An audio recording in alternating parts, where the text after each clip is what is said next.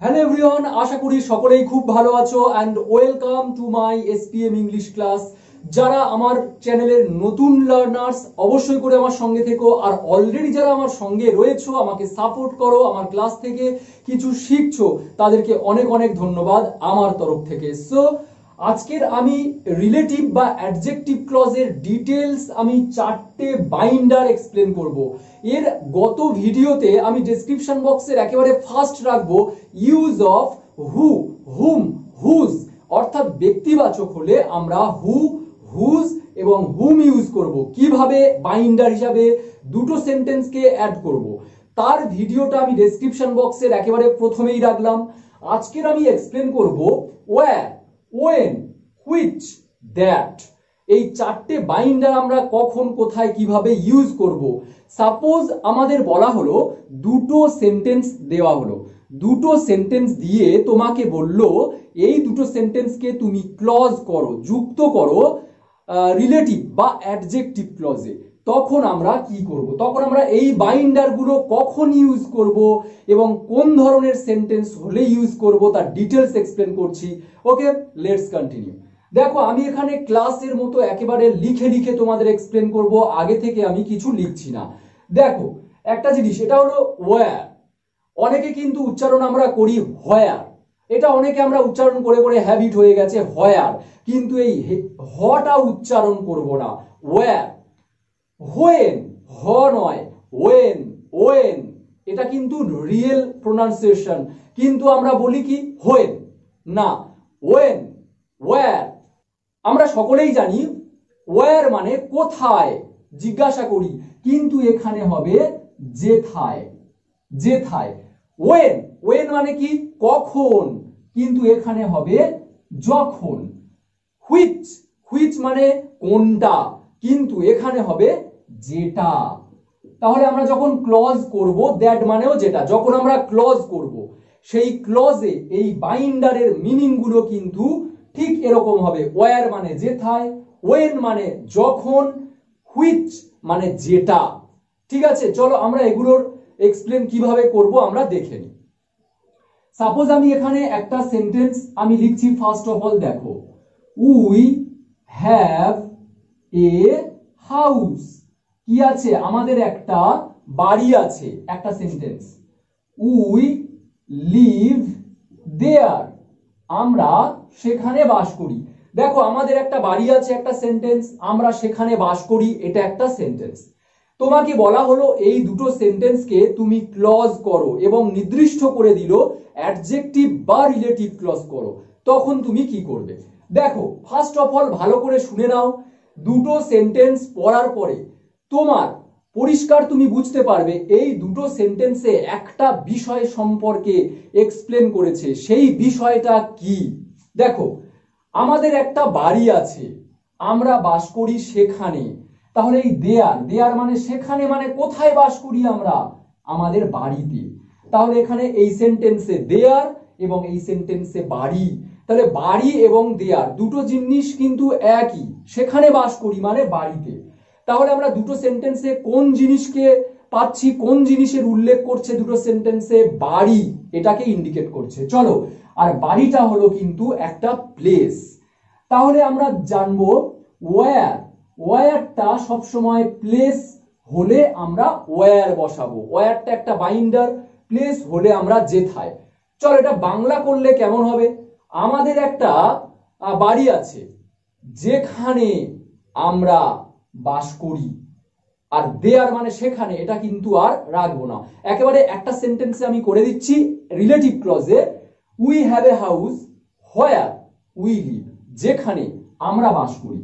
তাহলে আমি অ্যান্সারটা লিখবো, উই হ্যাভ আ হাউস, আমাদের একটা বাড়ি আছে, ওয়্যার যেখানে, উই লিভ আমরা বাস করি। দেখো এই ওয়্যার মানে যেখানে, এটা কিন্তু ঠিক সেই বাড়ির পাশে, অর্থাৎ যার সম্পর্কে, যে জায়গার সম্পর্কে বলা হবে সেই জায়গার পাশে কিন্তু ওয়্যারটা থাকবে। আমার একটা বাড়ি আছে যেখানে আমি বাস করি, আমাদের একটা ছোট্ট গ্রাম আছে যেখানে, হোয়ার আমি বড় হয়েছি। ওকে, তোমার যে কোনো প্লেস এরকম হতে পারে, সেই প্লেসের পাশে আমরা ওয়্যার দেব। তাহলে আমরা ওয়্যারটা বসাবো কোনো প্লেস সম্পর্কে, যদি দুটো বাক্যে যে কোনো প্লেস সম্পর্কে রয়েছে, আমি সেই মেন প্লেসের পাশে ওয়্যারটা দেব। এবং দ্বিতীয় সেন্টেন্সে সব সময় এই দেয়ার নইলে হেয়ার এগুলো থাকবে, দেয়ার হেয়ার এগুলো থাকবে। তার মানে এই হেয়ার বা দেয়ার উল্লেখ করছে প্রথম বাক্যের সেই প্লেসকে, এবং সেই প্লেসের পাশে আমরা দেব ওয়্যার। আমাদের একটা বাড়ি আছে যেখানে আমি বাস করি। তাহলে চলো আমরা দেখলাম ওয়্যারটা যেথায়, ওয়্যারটা বসবে কোনো প্লেস বোঝালে। চলো নেক্সট, হোয়েন। দেখো আমি লিখছি এখানে it was at 3 PM full stop. এটা ছিল বিকেল 3টে। ইউ মেট মি দেন, তুমি দেখা করেছিলে আমার সঙ্গে তখন। দেন মানে তখন, তখন মানে কখন? 3টে PM। তাহলে এখানে সময় বোঝাচ্ছে, দেখো 3টে বাজে যখন তুমি দেখা করেছিলে। তাহলে আমরা সময়ের পাশে কি দিতে পারি? ইট ওয়াজ অ্যাট 3 PM হোয়েন, যখন ইউ মেট মি। দেখো দেন তখনটা আর রাখবো না, তাহলে এটা ছিল 3টে PM যখন তুমি আমার সঙ্গে দেখা করেছিলে। এই হোয়েন সময়টা কিন্তু আমরা বসাচ্ছি সেই 3 PM এর পাশে, অর্থাৎ আমরা এই হোয়েন বাইন্ডারটা আমরা সময়ের পাশে বসাবো। যে সময়কে উল্লেখ করছে সেই সময়ের পাশে আমরা ওয়েনটা বসাবো, যেমন ওয়্যারটা বসিয়েছি।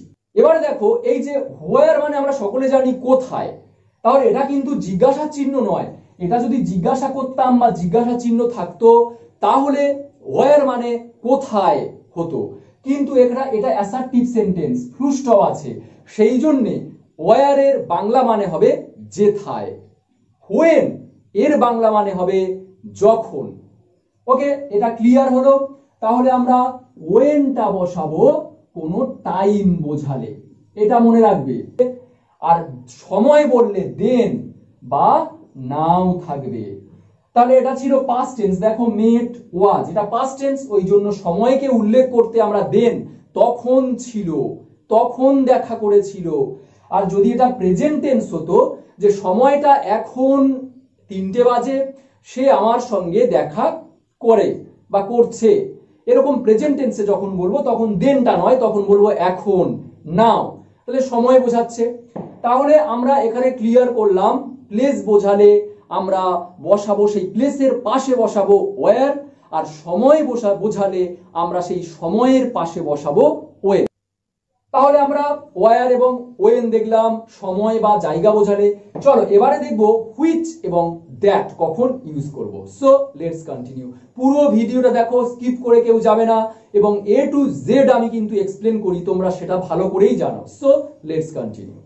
Look at the board. আমি এখানে দুটো সেন্টেন্স রেখেছি হুইচ এবং দ্যাট এক্সপ্লেন করার জন্য। হুইচ মানে যেটা, দ্যাট মানেও যেটা। তাহলে আমরা কোন জিনিসের ক্ষেত্রে হুইচ বা কোন জিনিসের ক্ষেত্রে দ্যাট ইউজ করব আজকে দেখব। দেখো ফার্স্ট অফ অল প্রথম সেন্টেন্সটা দেখো, আই হ্যাভ এ শার্ট, আমার একটা জামা আছে, শার্ট আছে। It is red in colour, এটার রং লাল। তাহলে তোমাকে প্রথমে আইডেন্টিফাই করতে হবে দুটো বাক্য পড়ে, এই দুটো বাক্যকে তোমাকে রিলেটিভ ক্লজে জয়েন করতে গেলে আগে তোমাকে লক্ষ্য করতে হবে দুটো বাক্যের মধ্যে কোন জিনিস, কোন ব্যক্তি, কোন জায়গা, কোন জিনিসটাকে ইন্ডিকেট করছে, সেই জিনিসটাকে চিহ্নিত করতে হবে। এবং সেই জিনিসটা কি, ব্যক্তি, জায়গা, সময় নাকি জিনিস। দেখো আমার একটা শার্ট আছে, এটা লাল রঙের, তাহলে এটা মানে কোনটা, এই শার্ট। তাহলে এখানে দুটো সেন্টেন্সে কোন জিনিস সম্পর্কে এক্সপ্লেন করছে, সেটা হলো শার্ট। শার্ট হলো কিন্তু একটা বস্তু। তাহলে হুইচ মানে আমরা কোনো বস্তুবাচক কোনো জিনিসের ক্ষেত্রে আমরা হুইচ ইউজ করব। তাহলে আমরা বস্তুবাচকের জন্য হুইচ যদি দিই, সেন্টেন্সটা এরকম হবে, I have A shirt which, আমার একটা শার্ট আছে যেটা। অবশ্যই করে আমি আগেও বলেছি এই যেটা হুইচ, এটা কিন্তু এই শার্টের পাশে বসাতে হবে, তাহলে এই হুইচটা ইন্ডিকেট করছে কিন্তু শার্টকে। আমার একটা শার্ট আছে যেটা which is red in colour. দেখো ইটটা কিন্তু এখানে আর বসছে না, ইট মানে এটা, এটা মানে কোনটা, ওই শার্ট, তার জন্য বসাচ্ছি হুইচ যেটা। আমার একটা শার্ট আছে যেটা হলো লাল রঙের। তাহলে আমরা বস্তুবাচক কোনো জিনিসের ইন্ডিকেট করলে দুটো সেন্টেন্সকে ক্লজ করতে গেলে আমরা সেই মেন যে জিনিসটা তার পাশে আমরা বসাতে পারি হুইচ। ওকে, চলো আমরা তো এটা দেখলাম। আবার একটা সেন্টেন্স দেখো, আই হ্যাভ এ পেন। আমার একটা পেন আছে, আমার বাবা এটা দিয়েছিল। তাহলে আমরা পেন তো একটা বস্তু, তাহলে আমরা বলতেই পারি I have a pen which যেটা মাই ফাদার গেভ। তাহলে এই ইটটা কিন্তু আর বসাবো না, ইট মানে এই পেন, তাহলে বসাচ্ছি আমরা আই হ্যাভ এ পেন, আমার একটা পেন আছে যেটা আমার বাবা দিয়েছিল। তাহলে আমরা দেখলাম বস্তুবাচক হলে হুইচ। এবারে দ্যাটটা কখন তাহলে ইউজ করব? দ্যাটটা আমরা ইউজ করব কোন নিম্ন জাতের প্রাণী বোঝালে। কোন নিম্ন জাতের প্রাণী বোঝালে আমরা দ্যাট ইউজ করব। চলো এই সেন্টেন্সটা, আই হ্যাভ এ ডগ। আমার একটা কুকুর আছে, ইট ইজ ফেথফুল, এটি বিশ্বস্ত। এখানে দেখো কুকুরটা বিশ্বস্ত, এটা মানে ডগ। তাহলে কাকে ইন্ডিকেট করছে? দুটো বাক্যে কুকুরের সম্পর্কে। কুকুর একটা নিম্ন জাতের প্রাণী। তো আমরা এই যখন ছোট ছোট প্রাণীর ক্ষেত্রে আমরা দুটো সেন্টেন্সকে ক্লজ করব, সেই প্রাণীর উদ্দেশ্যে বলবো, তখন আমরা কিন্তু বসাবো that. I have a dog, আমার একটা কুকুর আছে, দ্যাট ইজ ফেথফুল, যেটা হলো বিশ্বস্ত। ভিডিওর শেষ পর্যন্ত দেখো, দ্যাট আর হুইচ নিয়ে আরো একটু বলার আছে। দেখো আমি তো একটু আগে বললাম নিম্ন জাতের প্রাণী বোঝালে আমরা কি দেব? দ্যাট দেব। কিন্তু একটা সেন্টেন্স আমি লিখছি দেখো, যেখানে কিন্তু নিম্ন জাতের প্রাণী, কিন্তু দ্যাট হবে না। এবং কেন হবে না সেটাও দেখো। দেখো এখানে দুটো বাক্য আছে। এখানে আছে কাকটি তৃষ্ণার্ত ছিল, কাকটি জলের খোঁজ করছিল। তাহলে কাক একটা নিম্ন জাতের প্রাণী, তার জন্য আমরা দ্যাট বসাবো। কিন্তু এখানে দ্যাট বসালে সেন্টেন্সটা ভুল। কেন? নিম্ন জাতের প্রাণী হলে তো দ্যাট, কিন্তু এখানে হচ্ছে না কেন? তার কারণ আছে। আগে অ্যান্সারটা আমি লিখি, দেখো কি হয়। দা ক্রো ওয়াজ থার্স্টি, কাকটি ছিল তৃষ্ণার্ত। এটা আমরা দ্যাট না দিয়ে আমরা দেব হু। হু সার্চড ফর ওয়াটার। একটা জিনিস ভালো করে দেখো, আমরা কাককে উল্লেখ করছি হু বলে। আমি তো তোমাদের বলেছিলাম হু মানে যে, যে মানে কোনো ব্যক্তি যদি হয়, কোনো প্রাণী কিন্তু নয়। তাহলে আমরা কাক তো নিম্ন জাতের প্রাণী, দ্যাট না বসিয়ে আমরা ব্যক্তিবাচকে হু কেন দিয়েছি? দেখো অনেক সেন্টেন্স আছে, দেখো অনেক তোমরা নীতিমূলক গল্প পড়েছো, কাক, খ্যাকশিয়াল, ছাগল, এইসব বিভিন্ন ধরনের মাংকি, এইসব বিভিন্ন ধরনের পশু পাখি প্রাণীর আমরা অনেক নীতিমূলক গল্প পড়েছি। সেই গল্পের মেন চরিত্র প্রাণীটা যদি হয়, কোনো গল্পের মেন চরিত্র যদি নিম্ন জাতের প্রাণী হয়, তখন সেই প্রাণীর জন্য আমরা কিন্তু ইট, দ্যাট এগুলো বসাবো না। আমরা তখন তার জন্য বসাবো হি বা শি। এবার অনেকে ভাবছে হি তো পুরুষের ক্ষেত্রে ব্যবহার করি, মানুষের ক্ষেত্রে, শি তো মহিলার জন্য ব্যবহার করি, তাহলে আমরা কেন প্রাণীর জন্য ব্যবহার করব? দেখো একটা গল্পের মেন চরিত্র যদি একটা প্রাণী হয়, তাহলে সেই প্রাণী যতই নিম্ন জাতের হোক না কেন, সেই প্রাণীর জন্য আমরা হি বা শি ইউজ করব। প্রাণীটি যদি পুংলিঙ্গ হয় হি দেব, এবং স্ত্রীলিঙ্গ হলে শি দেব। তাহলে সেই প্রাণীটাকে আমরা ব্যক্তিত্ব আরোপ করব, সেই প্রাণীটি যদি সেই গল্পের প্রধান চরিত্র হয়। এখানে দেখো কাকটি তৃষ্ণার্ত এবং কাকটি জলের খোঁজ করছিল, এই সেন্টেন্সে কিন্তু মানুষের কোনো উল্লেখ নেই।